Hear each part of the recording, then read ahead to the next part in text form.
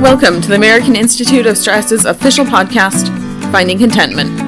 The goal of this podcast is to highlight new information about stress and stress management techniques. While we understand that stress is a very personalized issue and different for everyone, we hope to help you find your own way to contentment. All right, greetings, everyone. Welcome back to Finding Contentment. This is your host and executive director for the American Institute of Stress. It's Will Heckman. Thanks again for joining us once again today. Hopefully, you've been following this podcast. For those of you who are joining us for the first time, these podcasts focus on stress and stress-related issues. Please remember that you can follow us on stress.org. Make sure you go there and see all the things we do. And folks, before we get started, I really need to ask a favor. I need to ask you to consider helping out AIS. We're a nonprofit organization. So the way you can help is by making a donation. If you just go to stress.org, you can find out how to make a donation to us. We appreciate it. Every dollar helps. It helps us in our mission. And our mission is to improve the mental and physical health of the community and the world by setting the standard of excellence of stress management, education, research, clinical care, home life, and the workplace. And we educate and credential professionals, and we offer products and educational tools for everyone. We also publish 2 magazines. One is Contentment, and the other one's Combat Stress for vets and first responders is the main focus, but there's a lot of good stuff in that for you and I also. Also, I want to remind you to check out our website to see some outstanding webinars that we have that are always free to members, and also past episodes of this show, which we soon hope to have on YouTube. So make sure you go to YouTube channel and check out what we have available there. So there's some really great trailers of our documentary, Mismatch, and a bunch of other stuff. All you have to do is go to YouTube, look for the American Institute of Stress, and you'll find us. All right, so let's get to today's topic. It's always important. And we're talking about how we talk to our kids about stress. According to the APA, the American Psychological Association, they have an annual Stress in America survey. Like, we need that survey. And it says that many Americans, both adults and young, report experiencing significant stress. I know you're shocked. As adults, you and I, we can more readily identify feelings and causes of significant stress. We also consider ways how to manage it. Hopefully, healthy ones, although not always. Our kids, however, may not recognize the signs of stress or how to respond and cope effectively. Often they choose unhealthy management strategies. I've seen it for decades as a teacher. And as parents and other adults, we can offer constructive assistance and provide empathy and understanding. By knowing what to listen to and watch for, and by seeking out opportunities to engage in conversations with our children of all ages, we can help our kids to have a better handle on life's challenges and the stresses. Research shows that how we talk about stress makes a big difference in how we experience it. Most of us were not taught that, or any other principles or skills for that matter, and how to help us negotiate real life and its challenges and stresses. I come from the generation that told us to just, walk it off or man up, rub some dirt on it once in a while came up. Well, guess what? That doesn't always work. This whole COVID situation certainly has illuminated our shortcomings when it comes to that, leaving almost everyone more stressed. You may not be able to prevent your kids from feeling stressed or frustrated, sad, or even angry, but you can provide the tools they need to help cope with those emotions. So how can we leverage this latest research and help empower our kids and ourselves in the face of all this stress? I don't know. So I asked someone who does. Our guest today is my friend Cynthia Ackrill. And Dr. Cynthia Ackrill is a leader in the field of leveraging stress for optimal productivity, health, and happiness. And with a background in primary care and advanced training in applied neuroscience, which she calls looking under the hood, she also has certifications in wellness and leadership coaching. She combines the science of human performance with wisdom, humor, and heart to address the critical relationships between thinking styles and behavior choices, performance capacities, and leadership effectiveness, also health and joy, and a deep career life satisfaction, which many of us lack. She's also the editor of the American Institute of Stress's Contentment magazine, which you can find right now for free. Everyone listening, go to stress.org, look for Contentment magazine. You can see it for free. And she also is on the faculty of multiple leadership and coaching programs. She contributes widely to media, including appearances on Katie Couric, CNN, Today Show, and Huffington Post. And we are proud to have her as a fellow of AIS. Welcome, Cindy. Thanks for joining us. It's my pleasure. One of the reasons I wanted to have this conversation with you is because in the last issue of Contentment magazine, you wrote a great article titled Talking to Your Kids About Stress. So the first thing I wanted to ask you is how does stress affect kids differently than adults?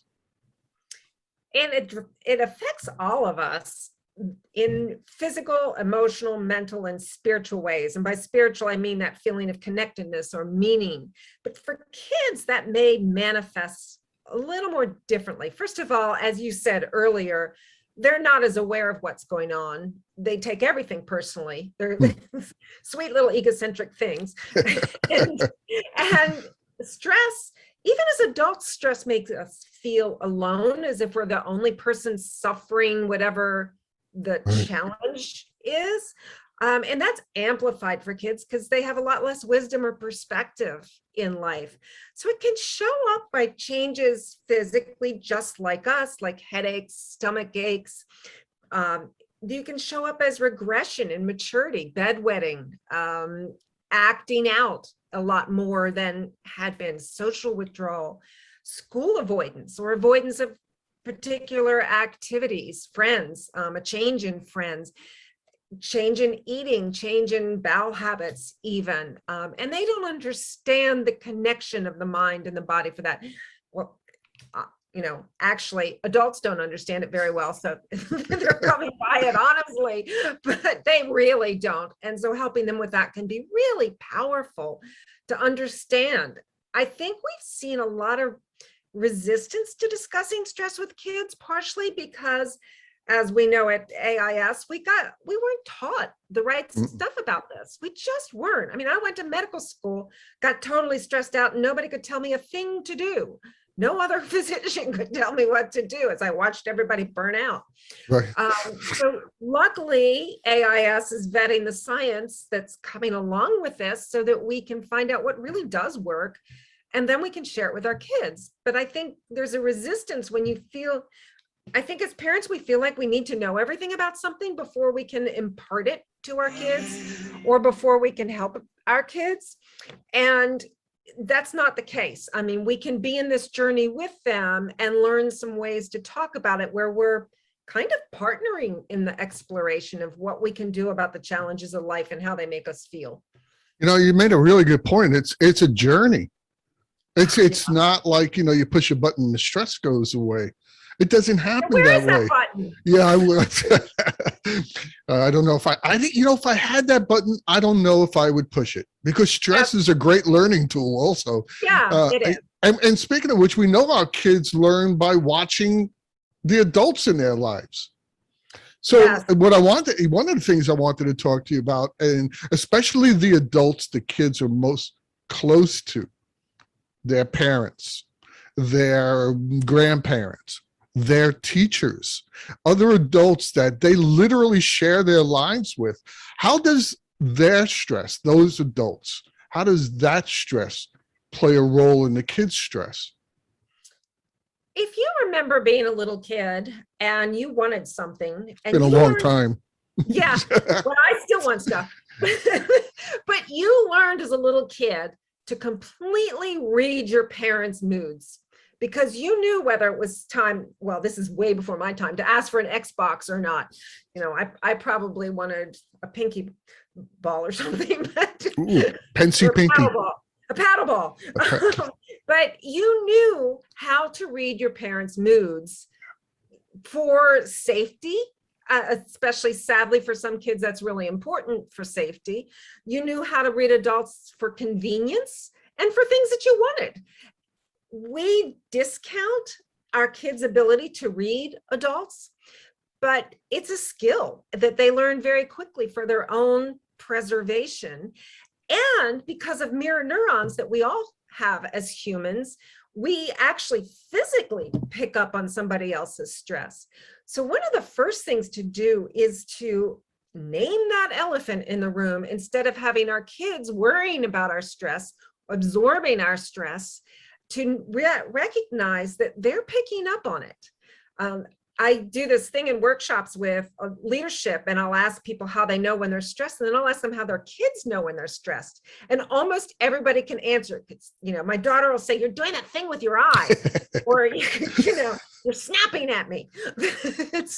Our kids know how to read this. So we need to help them know what to deal with all this stuff that they're reading, and demystify it, that it's not some strange thing out there that could be attacking us all. Mommy's not all upset because there's a monster outside the door. There are true challenges in life that push us to our limits, and we need to figure out the tools and techniques to deal with it. So by demystifying it and demonizing it, it's not the be all and end all to feel stressed. As you said earlier, there are things we can learn. The greater our toolbox and the greater our understanding of it, the more power we have, and the less it bothers us, the more it helps us just grow. And we can help our kids with that, but it takes being intentional and looking at your own relationship with stress first. That's a really good point. Kids really can tell what we're feeling. And if you don't think they can, why do you think they go to dad instead of mom for certain things, and mom instead of dad for certain things? Exactly. They know, like, oh, dad's having a bad day. Mom. Yeah. Which my usual response was, I don't know, go ask your mother. And you're right. We talk about the elephant in the room with our kids, and we should. But should we talk about stress with our kids? I think every parent struggles with that, depending on the age. Can they really understand it if I explain why I'm so stressed out? Now, I know that a teenager's capacity to understand their stress has to be different than a 10-year-old. I don't have both, but I have experience with both. I was a high school teacher. My wife's a 5th grade teacher. We talk about kids constantly. Well, we don't talk about teenagers anymore because I'm not doing that anymore, but their capacity to understand and manage their stress is different. So it is. Should we talk to them about it, or I'm on the fence? Yes, and in an age appropriate way. We do not need to explain to a 10-year-old that I might lose my job, and that's why I'm really stressed, and mommy and daddy are considering a divorce. You might want to sit in the other room for a while we argue. No, don't do that. But you can begin age appropriately to share different parts of it. I think some of the key principles of that are that that demystifying it is that life is full of challenges. First, get rid of the expectation that we shouldn't feel badly at some points in life, or that we shouldn't struggle with some things that come along through life. Almost any age can understand that sometimes we don't feel right. And when we can start to tease that apart and realize what doesn't feel right, why doesn't it feel right, and what can I do to feel okay again, from the inside out, instead of waiting to get an acknowledgement from a teacher or a parent, starting to connect my mind and my body's feelings can start at every age. I mean, we can teach 2-year-old to take a deep breath and ask them what feels different now. Right. We used to tell them, okay, stop, take a breath.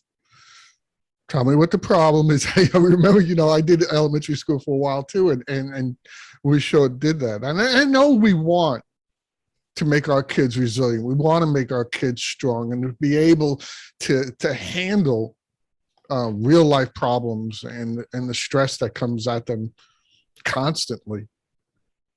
Yeah. But are there times when we should not just shield them? My go-to is I don't want to stress my kid out worse. So like I'll shield her from what's really going on and the stress in my life because I feel guilty. I feel like it's adding to theirs. Do we shield them or do we tell them? I think that's a situation by situation thing. Okay. What's your child's capacity for handling it? What's the relationship that you have? Are your boundaries healthy, that you understand that, this is something daddy's stressing about that you don't need to stress about this for daddy. I have this. I'm just preoccupied by it a little bit right now, but I will figure out how to do this. Convey the confidence. Right now, I'm just curious about what my options are. We don't need to tell our kids everything, no. But if they can pick up on the fact that we're stressed, we need to share something about what's going on. Right. They don't need to know the details. They don't need to know what's at risk for them because, of course, they take it all personally. They need to know that they're not the cause of it because that's their go-to assumption. Right. Is that they are the cause of what's going on. So they need to understand that other things happen in the world that don't have anything to do with them, may affect them remotely, but you're the adult and you're taking care of this because that's your job. But sometimes that job is a lot and you feel things from it and they may notice that.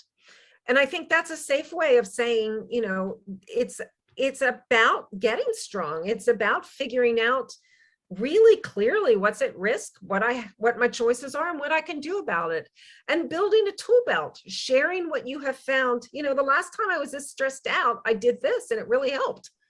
I've also done this and it really didn't help. Yeah. I binged watched TV with a large bag of M&Ms.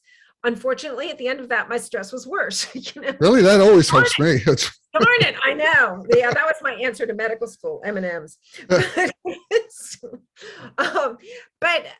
it really needs to be age appropriate. But there's some principles underlying all of our communications that we can stick to that make those decisions easier.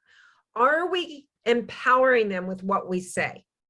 Are we making them stronger or are we dumping on them? Dumping on them is no help to anybody.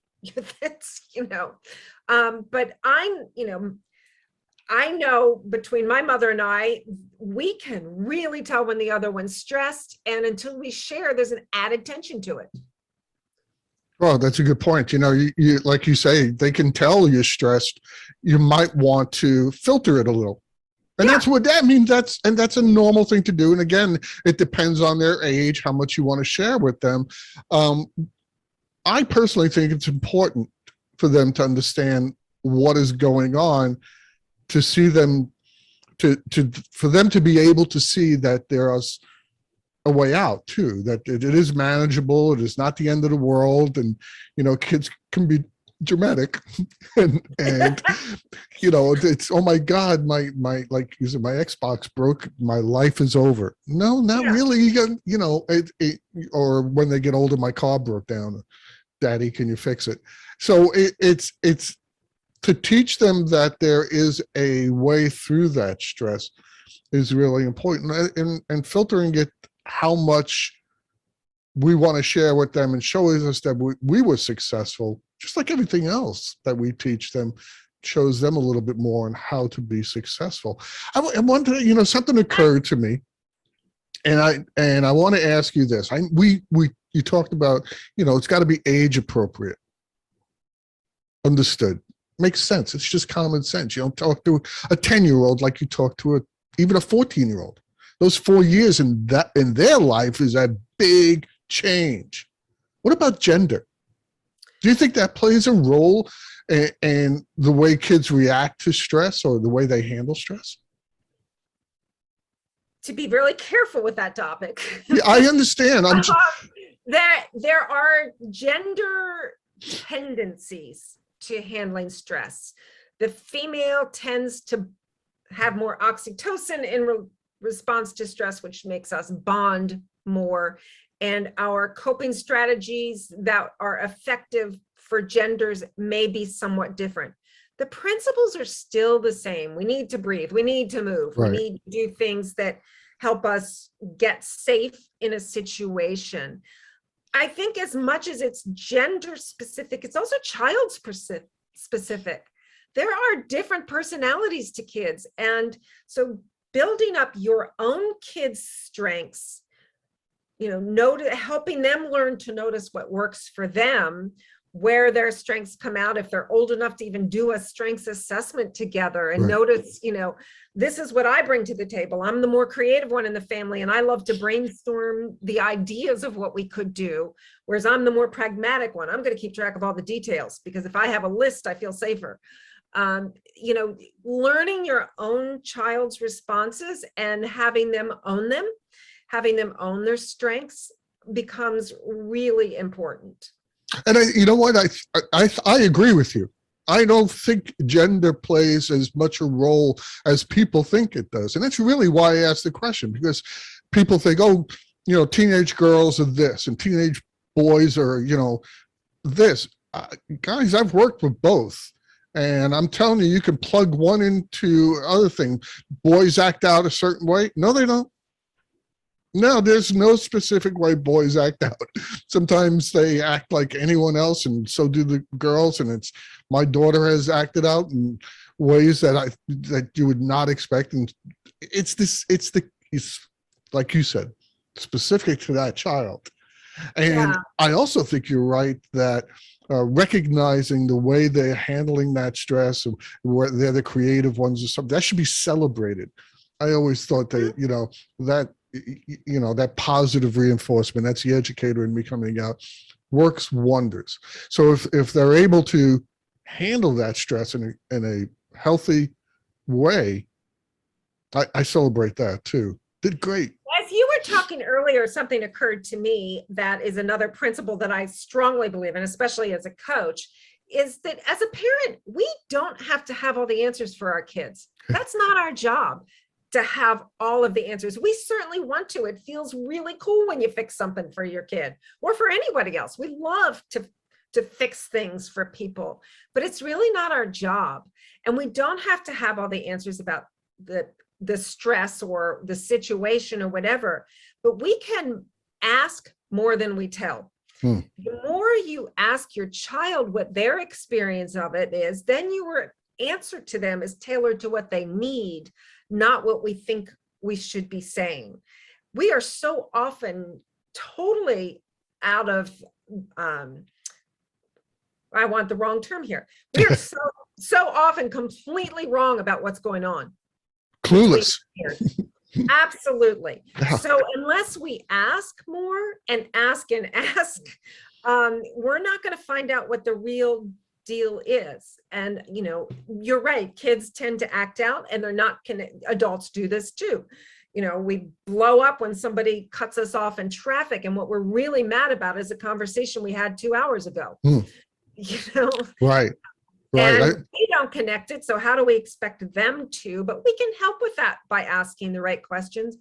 And just as they say about sex education, find out where your kid is with this before you start dumping it on there. That's good advice. And that's good advice. Don't have a conversation with a kid about stress unless they're really stressed. Why bring it up? Like, if they're happy and going along. But it's cool to reflect. Just that, this morning I got all bent out of shape over something, and then I remembered this, and I got my perspective back, and I realized that this was a little thing, not a big thing, and this is how I did it, modeling it. Right. I think modeling curiosity is also really, really important. Our kids learn by what we do more than what we say. We all know that. Sometimes we wish it were not the case, but they notice when we start drinking too much because we're stressed out, but they also would notice if we start getting really curious and writing down what the problem is and doing a brainstorm on what we could do about it. Or asking ourselves, why is this really bothering me? What am I feeling is at risk? As humans, we all want to be safe. Right. And when we can trace the conversation back to what doesn't feel safe and how we can get there, it becomes really powerful. It's funny, you mentioned something before that I suffer from greatly, and I freely admit it. And that is when something goes wrong and I can't fix it for my kid. And it really, I would say that's probably my top stressor in my life. Yeah. And there's not a darn thing I could do about it except accept it, that I'm not going to be able to. Yeah. So the parents out there, if you're listening, it's not just about how you talk to your kids about their stress and your stress. It's also about accepting some things are just, you can't do anything about. I think it's one of the hardest parts of parenting. And that's why I started this series for this fall, because our kids are stressed, but we're also stressed and we don't feel very good at it. So how the heck do we make them feel good about it? And I think the worst stress of parenting is seeing your child in distress. It's terrible. And I tried to train myself. When she was young, I used to tell my wife, no, you got to let her fail in a padded room. It's just, that's the way to learn. But yeah, easier said than done. Yeah, I should have taken my own advice. Okay, so what I really wanted to ask you about is because in the last couple of years, things have changed a lot for kids. The way they go to school, the way they deal with their friends, the way they communicate with people, whatever, COVID, right, wrong, I don't really care. All I care about is that there's a new kind of overwhelming wave of stress that I see going not only for adults through workplaces and things like that, but through our kids, and that concerns me a lot.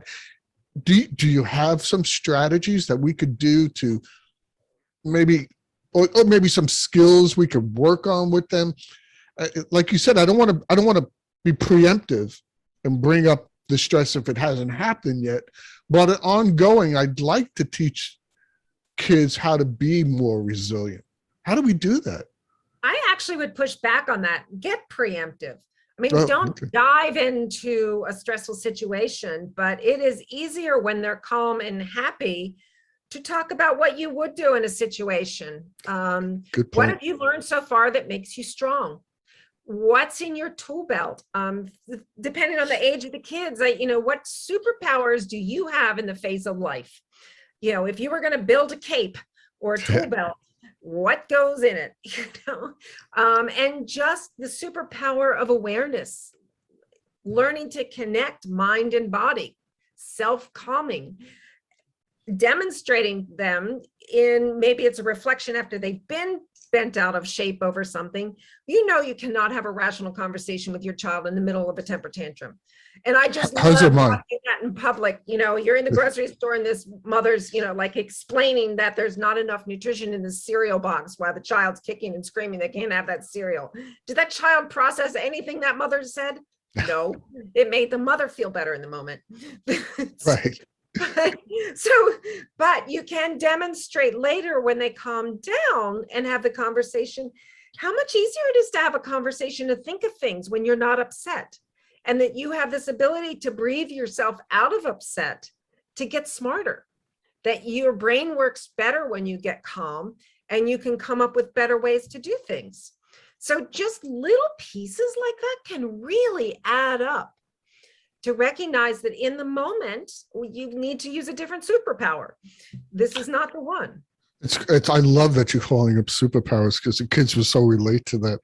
And one of the things that you mentioned, it's such a hard thing to teach kids, And I think it's really important is self-calming. Yeah, And you know, I mean, I had to learn that myself. me too. You know, everybody has to learn how to take a moment, stop, reflect, reframe, all the stuff we talk about. But when you're 8, you know, we have to use different vocabulary Yeah. to explain it to them. And you know, I think you're right. I think talking to them when things are good and things are calm, and maybe discussing this superpower is the way to go. You know, there are, thanks to, I'm grateful to COVID for one thing. It's just been horrendous, but it has made this topic much safer to discuss. It has finally made it okay for even super achievers to say, I'm stressed, I'm tired, enough's enough. So we can finally have some conversations that will, according to the mission of our organization, improve our well-being for everybody. Yeah. So the topic is out there. Let's bring it to our kids. Let's not repeat, you know, let's not pass on this legacy of wearing stress as a badge of courage or sweeping it under the carpet.